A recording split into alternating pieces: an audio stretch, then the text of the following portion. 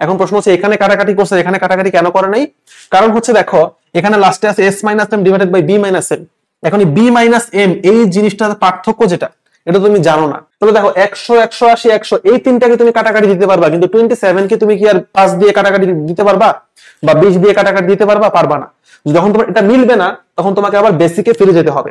তো এই জায়গাতে হচ্ছে আলটিমেটলি স্টুডেন্টরা কিন্তু ভুল করে।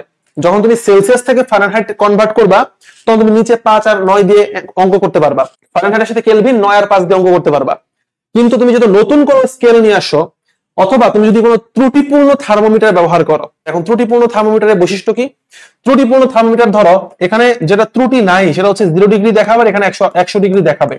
কিন্তু যেটা ত্রুটিপূর্ণ মানে বানানোর সময় যেখানে দাগ কাটার সময় ভুল হয়ে গেছে, সেখানে দেখো 100 জায়গায় ধরো দেখাচ্ছে 98 আর 0 জায়গায় দেখাচ্ছে 2 ডিগ্রি। তাহলে 98 আর 2 এর পার্থক্য কি তোমার 100 মতো হবে? 98 মাইনাস 2 কত হয়? সেখানে হচ্ছে 96 হবে। তো যখন তুমি ত্রুটিপূর্ণ থার্মোমিটারের অঙ্ক করবা তখন কোনো অবস্থাতেই তুমি 595 মানে শর্টকাট ইউজ করতে পারবা না। তখন তোমাকে বেসিকে ওই যে 100 থেকে আসছে 100 মাইনাস 0 থেকে আসছে, 180 থেকে আসছে 212 মাইনাস 32 থেকে আসছে, এখানে 100 থেকে আসছে 373 মাইনাস 273 থেকে আসছে, আর এখানে বি মাইনাস এম এ তখন কত হবে? 98 মাইনাস 2 হবে। এটা অবশ্যই মাথায় রাখবা।